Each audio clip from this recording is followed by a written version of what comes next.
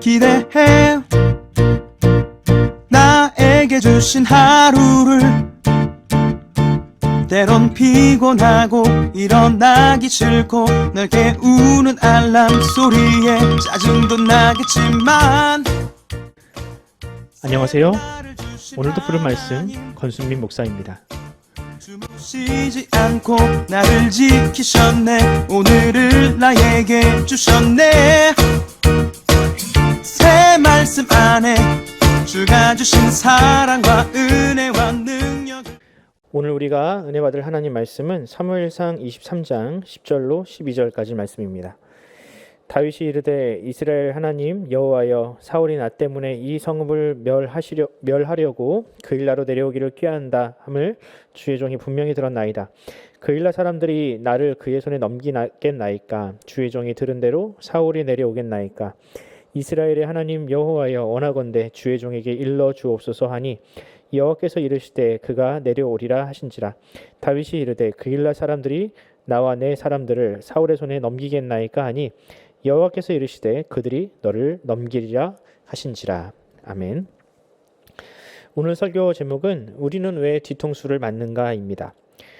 그리스도인을 살다 보면 간혹 억울한 일을 감수해야 할 때가 있습니다. 교회를 다닌다는 것이 노출되면 같은 손해를 입어도 끝까지 피해를 주장할 수 없고 때로는 정당한 권리도 누리지 못합니다. 저도 그와 비슷한 일을 겪은 적이 있는데요. 하루는 철야 예배를 마치고 집으로 돌아가던 길이었습니다. 사거리에서 좌회전을 하려고 신호를 기다리고 있는데 갑자기 뒤에서 봉고차 한 대가 제 차를 들이받았습니다. 큰 사고는 아니라 그냥 보험 처리를 하고 끝내려고 했는데 이 차가 그냥 도망가 버렸습니다. 뺑소니를 친 것이죠. 나중에 알고 보니 이 차주가 음주운전 전력이 있는 사람인데 이 경찰의 말은 아마 당시에도 음주운전을 하고 차를 몰았을 확률이 높다라고 하더군요. 그러니 저에게 대충 합의해주지 말라고 경찰이 오히려 저에게 신신당부를 했습니다. 결국 합의를 하러 이 차주를 만났는데 이야기 내내 자신의 딱한 사정을 이야기하면서 자신의 부인이 어떤 교회의 전도사다 이런 이야기를 주구장창 강조하는 겁니다. 저는 제가 목회자라는 사실을 전혀 말한 적도 없는데 제가 생긴 게 목사처럼 생겨서 그런지 아니면 뭐 제 차에 달려있는 십자가를 본 건지 내내 그 얘기만 한 겁니다. 의도는 뻔하지요. 서로 교회를 다니는 사람이니 적당히 합의를 하자는 겁니다. 여러분, 교회를 다니는 사람도 이 정도면 안 다니는 사람은 오죽할까요?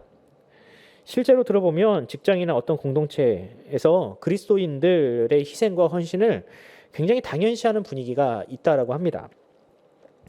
여러분들도 아마 그런 경험을 하셨을 거라 생각을 합니다. 이런 일을 한두 번 겪다 보면 어느새 자신의 신앙을 숨기고 노출하지 않게 됩니다. 그리고 그냥 평범한 사람처럼 살면서 사람에게 실망하지 않고 손해도 보지 않으려 합니다. 오늘 본문에도 그렇게 뒤통수를 시기에 얻어맞는 다윗이 등장을 합니다. 오늘은 이 다윗을 통해서 지금 우리가 겪는 이런 일들이 어떤 가치가 있으며 하나님께서 그런 인생들에게 주시는 위로를 한번 살펴보도록 하겠습니다. 사무엘상 19장부터 30장까지는 다윗이 사울을 피해서 이리저리로 도망다니는 일들이 기록되어 있습니다. 그 기간은 대략적으로 한 10년 정도로 추정이 됩니다. 다윗의 입장에서 얼마나 억울했을까요? 자신은 한 번도 이 왕좌를 노려본 적도 없고 그저 왕에게 충성하느라 전쟁에 나가서 열심히 싸웠을 뿐인데 그런 자신을 왕이 의심하고 죽이려 하니 말입니다. 또 사울은 하나님께서 기름 부은 왕이니 그를 해하거나 치는 일은 꿈도 꿀 수 없는 것이 바로 이런 상황이었습니다. 참으로 답답한 노릇이죠. 그런데 다윗에게 이런 배신의 상처를 준 것은 비단 사울 왕만이 아니었습니다. 다윗은 도피 기간 내내 그런 배신을 겪었습니다. 오늘 본문이 바로 그런 대표적인 사건입니다. 그일라는 유다 지파의 영토로서 블레셋 국경과 가까운 곳에 위치한 땅이었습니다. 그일라라는 이름 자체가 요새를 뜻하는데 이는 그 땅이 유다 지파의 땅으로 들어가는 매우 중요한 관문이라는 뜻입니다. 그래서 이 땅을 빼앗기면 유다 지파 전체가 위태롭게 되기 때문에 이 그일라라는 말처럼 그 땅을 요새처럼 만든 겁니다. 그런데 이 땅이 블레셋 사람들에게 빼앗기게 되었습니다. 다윗은 이 그일라 땅을 블레셋에게 빼앗김으로 인해서 유다 지파 사람들이 고통을 받고 있다는 사실을 듣게 되었습니다. 다윗은 비록 도망자 신세였지만 이 땅을 수복하고 싶은 마음이 생겼습니다. 그리고 하나님께 묻지요. 하나님, 그일라를 되찾는 싸움을 제가 해도 되겠습니까? 하나님은 그 전쟁을 허락하십니다. 그리고 승리를 하게 되지요. 그런데 이 소식이 사울의 귀에도 들어갔습니다. 사울은 블레셋과의 전쟁으로 지쳐버린 이 다윗과 그의 군대를 잡을 수 있는 절호의 기회라고 생각을 하고 바로 군대를 동원해서 그일라로 쳐들어갔습니다. 그런데 이런 사울의 군대와 손잡은 사람들은 다름 아니라 다윗이 구원한 그일라 사람들이었습니다. 참으로 이상하죠. 다윗은 그일라 사람들과 굉장히 가까운 유다 지파 사람입니다. 그리고 이 그일라는 다윗에 의해서 구원을 받은 블레셋의 그 압제로부터 구원을 해준 영웅 또한 은인과도 같은 사람입니다. 그런데 이런 다윗을 사울의 손에 넘기려 하다니요. 제가 만약 다윗이었다면 아마 그일라 사람들을 곧바로 응징했을 것 같습니다. 하지만 다윗은 그렇게 하지 않았습니다. 그냥 조용히 그 땅에서 나와 다시 도망자 신세로 전락하게 되었습니다. 자신이 그렇게 복수를 하는 것이 하나님의 뜻에 맞지 않는 행동임을 알고 있었던 것이죠. 그럼 이런 상황이 과연 다윗에게만 해당될까요? 아니요, 예수님도 우리 성도들에게 그와 같은 요구를 하십니다. 마태복음 5장을 보면 나는 너에게 이르노니 악한 자를 대적하지 말라. 누구든지 내 오른편을 치거든 왼편도 돌려대며. 저는 왜 하나님께서 다윗에게 그런 고통스러운 시간을 10년 동안이나 살게 하셨는지 사실은 좀 이해할 수 없었습니다. 그러나 이 하나님께서 다윗을 그리고 우리 모두를 훈련시키시는 것처럼 저를 그렇게 단련시키실 때가 있었거든요. 그때쯤 되니까 어렴풋이 그 뜻을 이해할 수 있게 되더군요. 하나님의 뜻은 과연 어디 있을까? 첫째는 그런 성도의 희생적인 삶, 원수까지도 사랑하는 삶을 통해서 하나님의 살아계심을 나타내길 원하시는 겁니다. 사람의 본성과 어울리지 않는 이 성도의 인내는 그런 오래 참으시는 하나님의 성품을 드러내는 가장 확실한 방법입니다. 사울의 폭정으로 인해서 어쩔 수 없이 그 앞에 굴복했던 사람들도 다윗의 이런 희생적인 모습을 통해서 희망을 보지 않았을까요?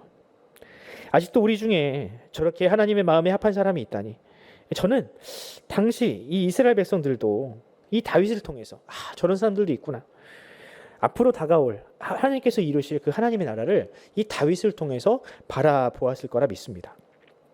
마찬가지로 지금 우리를 통해서도 그런 하나님의 나라가 이 땅에 이루어지기를 소원합니다.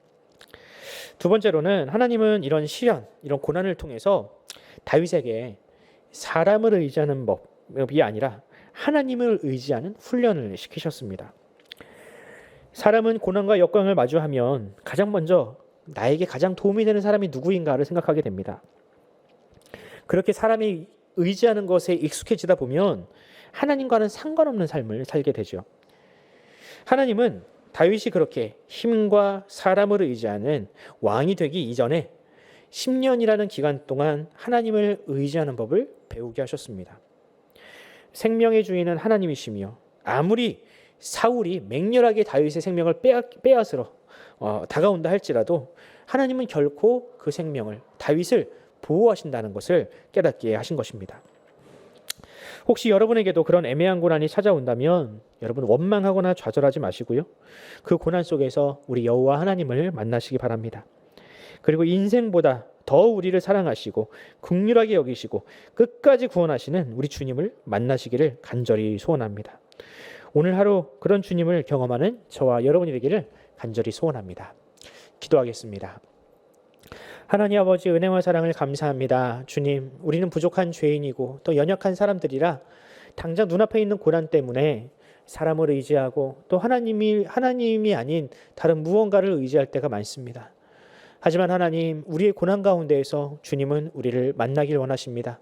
또 우리의 그런 인내를 통해서 하나님이 나타내기를 원하십니다. 주님, 우리가 그 고난 속에서 기쁨으로 하나님을 나타내는 도구로서 또 더 나아가서 주님을 더 깊이 만나는 그런 기회로서 사용하게 하여 주시옵소서.